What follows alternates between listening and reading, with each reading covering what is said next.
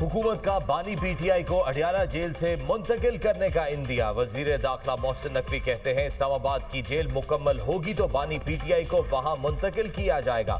Islamabad jail 2 माह में मुकम्मल हो जाएगी। जेल के अंदर तमाम तिब्बी सहूलियात मौजूद हैं। बानी पीटीआई को सजा इस्लामाबाद की अदालत से हुई, इस्लामाबाद जेल में ही मुंतकिल किया जाएगा।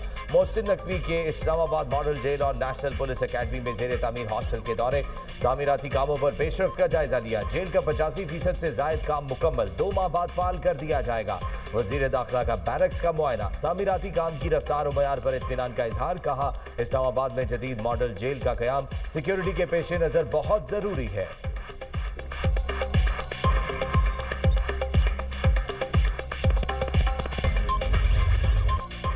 सेनेट इजलास, बानी पीटीआई की सेहत से मुतालिक अपोजिशन की करारदाद मुस्तरद। अपोजिशन का ईवान में शोर शराबा, प्रिजाइडिंग ऑफिसर शहादत आवान ने करारदाद मुस्तरद की। सेनेट में बानी पीटीआई की सेहत से मुतालिक गर्मा गर्म बहस, बानी की सेहत पर सियासत ना करें, 4 महीने गफलत की बात को बयानिया ना बनाएं। वज़ीर आज़म के मशीर राना सनाउल्लाह का इजहार ख्याल, कहा जिस डॉक्टर से कहें उनसे दोबारा चेकअप हो सकता है। आप बानी के इलाज से मुतालिक पटिशन दायर करें, सुप्रीम कोर्ट का जो भी ऑर्डर होगा हम अमल करेंगे। अलामा राजा नासिर अब्बास ने कहा कि बानी का जिन डॉक्टर से इलाज कराया गया वो आंख के स्पेशलिस्ट नहीं, आप माने कि गफलत हुई। बैरिस्टर अली जफर ने कहा रिपोर्ट के मुताबिक 1 महीने बाद बानी पीटीआई को आई ड्रॉप्स दिए गए। राना सनाउल्लाह बोले ये रिपोर्ट किसकी है? अली जफर ने कहा ये report friend of court Salman Safdar की है। राना असना ने पूछा 2 दिसंबर को अपनी बहन से मुलाकात में बानी ने आंख की शिकायत क्यों नहीं की? 9 दिसंबर को मेडिकल बोर्ड हुआ, उसमें क्यों नहीं बताया? तोशाखाना के फैसले वाले दिन सलमान सफदर को क्यों नहीं बताया? बैरिस्टर अली जफर ने जवाब दिया अगर आप जानबूझकर किसी की आंख को नुकसान पहुंचाएं तो पीनल कोड ऑफेंस है, उन्हें निजी हॉस्पिटल मुंतकिल किया जाए।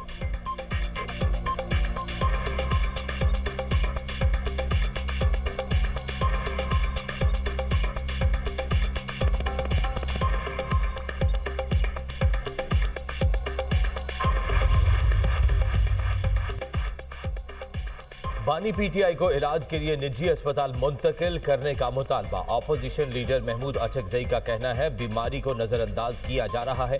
बानी पीटीआई की बिनाई जाने का कौन जिम्मेदार होगा? पार्लियामेंट आने वाली तमाम सड़कें बंद हैं। बैरिस्टर गौहर का कहना था पीटीआई अरकान को रोका जा रहा है, हम मामलात को सही समत में चलाना चाहते हैं। अगर हालात हमारे हाथों से निकले तो हुकूमत कंट्रोल नहीं कर पाएगी। सेनेटर कामरान मुर्तजा कहते हैं बीमारी साबित करने के लिए किसी के मरने का इंतजार करना सियासी बदकिस्मती है। साबिक वजीर आजम की दाई आंख की 85% बिनाई जाया होने का खदशा है। फौरी तिब्बी इमदाद का मुतालबा करते हैं। बीबी कुलसूम नवाज की अदालत पर सियासत करने जैसी गलती दोबारा ना दोहराई जाए। राना सनाउल्लाह और अपोजिशन लीडर मिलकर साबिक वजीर आजम की सेहत का जायजा लें।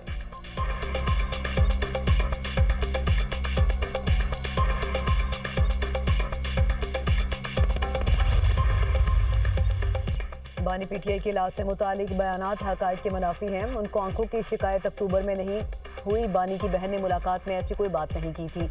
ये हसास मामला है, हकायक को तोड़ मोड़ कर पेश करना मुजरिमाना गफलत है।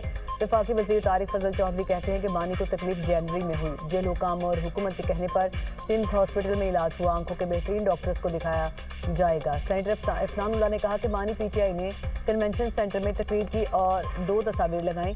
बानी पीटीआई ने नवाज शरीफ का मजाक उड़ाया, हम आपके लीडर को हॉस्पिटल लेकर गए और तमाम मुमकिन इलाज कराया, आपके साथ स्कोर सेटल नहीं कर रहे।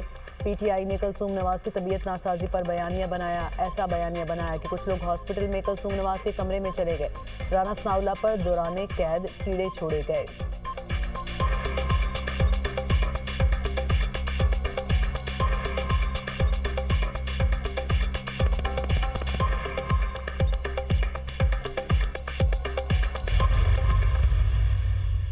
जीरो 0.001% भी इसकी कोई पॉसिबिलिटी ना वो बाहर जा रहे हैं। He will stay in the jail. ना वो बनीगाला जा रहे हैं, ना कोई और डील हो रही है, ना कोई ढील हो रही है।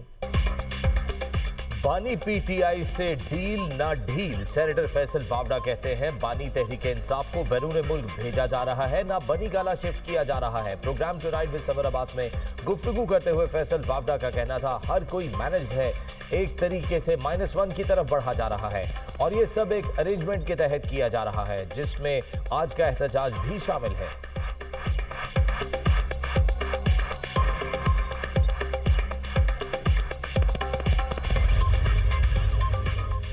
कराची में वन वे की खिलाफ वर्जी, कई जानें ले गई। सुपर हाईवे पर ट्रेलर, टैंकर और बस में खौफनाक तसादुम। हादसे में 13 अफराद जाँ बहक, 9 जख्मी। जाँ बहक होने वालों में 5 बच्चे और 4 खवातीन भी शामिल। लाशें और जख्मी अफराद हॉस्पिटल मुंतकिल। रेस्क्यू हुकाम का कहना है कि मुसाफिर वैन, मुसाफिर कोच और ट्रक रॉन्ग वे से आ रहे थे। ऑयल टैंकर बस और ट्रक से टकराने के बाद बेकाबू होकर वैन पर उलट गया। हादसे के बाद टैंकर से तेल सड़क पर बह गया। हादसा मुबैना तौर पर ऑयल टैंकर की ब्रेक फेल होने के नतीजे में पेश आया। पुलिस सर्जन डॉक्टर सुमैया कहती हैं कि 12 लाशें अब्बासी शहीद हॉस्पिटल लाई गई थी। सिर्फ एक की शनाख्त रफीउल्लाह के नाम से हुई। 11 लाशों की शनाख्त के लिए बायोमेट्रिक ले लिए गए।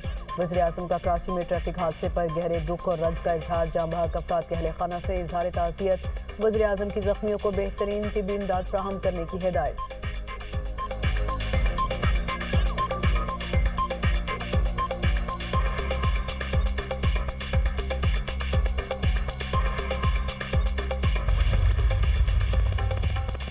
लाहौर में बरकत मार्केट के करीब गोदाम में आग भड़क उठी। 8 घंटे बाद भी आग पर काबू न पाया जा सका। फायर ब्रिगेड का अमला आग पर काबू पाने के लिए कोशिशों में मसरूफ। गोदाम में मौजूद सामान जलकर राख का ढेर बन गया। गोदाम में प्लास्टिक की कुर्सियां और दीगर सामान मौजूद था।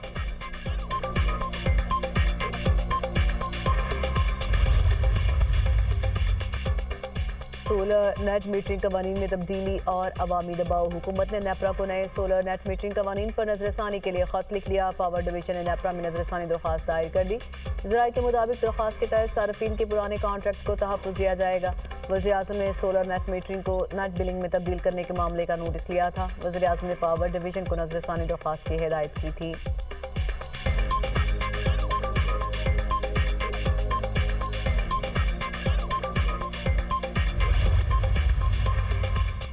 वज़ीर आज़म शहबाज शरीफ और सदर मुत्तहिदा अरब अमारात के दरमियान टेलीफोनिक राब्ता। दोनों रहनुमाओं का पाकिस्तान और UAE के दरमियान बाहमी मुफाद पर मबनी ताउन को मजीद फ़रोग़ देने के अज़्म का अयादा।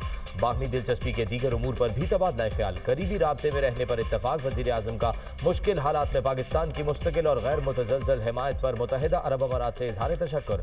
कहा, इमारात की हिमायत से पाकिस्तान को मुश्किलात पर काबू पाने में मदद मिली। दो तरफ़ा ताउन दोनों मुल्कों की क़यादत और अवाम के दरमियान तारीखी और बरादराना ताल्लुकात का मज़हर है।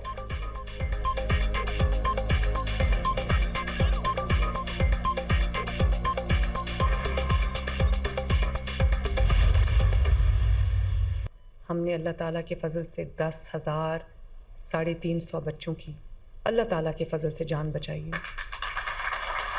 दवाइयाँ हॉस्पिटल में पड़ी होती हैं, लेकिन मरीज़ों को ये क्योंकि बाहर साजबाज की होती है फार्मेसीज़ के साथ या लैब्स के साथ, तो उनको पेशेंट्स को ये कहा जाता है कि बाहर जाओ और फ़लाँ फार्मेसी से जो है वो दवाई ख़रीदो।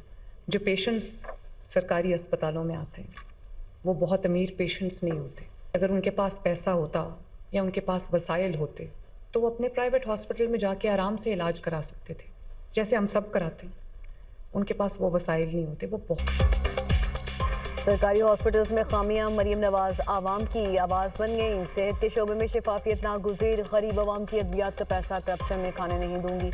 वज़ीर पंजाब का 2 टोक ऐलान। मरीम नवाज का MS और CEO से खिताब। कहा, हॉस्पिटल में अद्वियात इंसुलिन चोरी होती है। फार्मेसी वालों से साजबाज करके अद्वियात बेची जाती हैं। सरकारी हॉस्पिटल आने वाले लोग अमीर नहीं होते। बड़ी तादाद में डॉक्टर्स के ड्यूटी पर ना होने की शिकायत आती हैं। ड्यूटी औकात में डॉक्टर मोबाइल फ़ोन इस्तेमाल नहीं करेंगे तो क़यामत नहीं आ जाएगी। शिकायत आती हैं कि CT स्कैन MRI की मशीन ख़राब है। कोई चीज़ ख़राब है तो उसे ठीक कराया जाए ताकि मरीजों को दरबदर ना होना पड़े। सिक्योरिटी स्टाफ पर नज़र रखें। वार्ड्स में दाखिले के लिए वुर्सा से पैसे लेते हैं। PIC में पता चला कि वार्ड बॉय पैसे लेकर सर्जरी लिस्ट में जल्दी नाम शामिल कराते हैं। मरीम नवाज का लाहौर में 1000 बिस्तरों पर मुश्तमिल एक और चिल्ड्रन हॉस्पिटल बनाने का ऐलान। कहा, किसी बच्चे की जान अब वेटिंग लिस्ट पर होने की वजह से नहीं जाएगी। डॉक्टर्स इंसानी ज़िंदगियां बचाने को अपना मिशन बनाएं। डॉक्टर्स मोबाइल के बजाय अपनी तवज्जो मरीजों पर दें।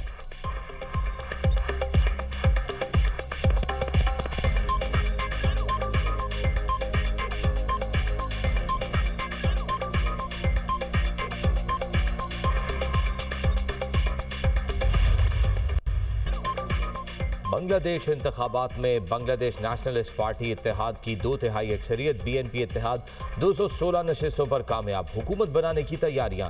जमात इस्लामी इत्तेहाद अपोजिशन करेगा। 76 नशिस्तें हासिल की। एनसीपी 6 सीटों पर कामयाब, 8 आजाद उम्मीदवार ने भी मैदान मार दिया। मुख्तलिफ सियासी जमातों के 4 उम्मीदवार भी सीटें ले उड़े। बांग्लादेशी मीडिया के मुताबिक चेयरमैन बीएनपी तारिक रहमान दोनों नशिस्तों पर कामयाब। तारिक रहमान अगले वजीर आजम होंगे। बीएनपी के सेक्रेटरी जनरल का कहना है तमाम इत्तेहादियों के साथ मिलकर हुकूमत बनाएंगे। अमीर जमात इस्लामी शफीकुर रहमान भी अपनी नशिस्त जीत गए। Chairman Bangladesh nationalist party Tariq Rahman की कारकुनों को जश्न से गुरेज और मुल्क की बेहतरी के लिए दुआओं की हिदायत।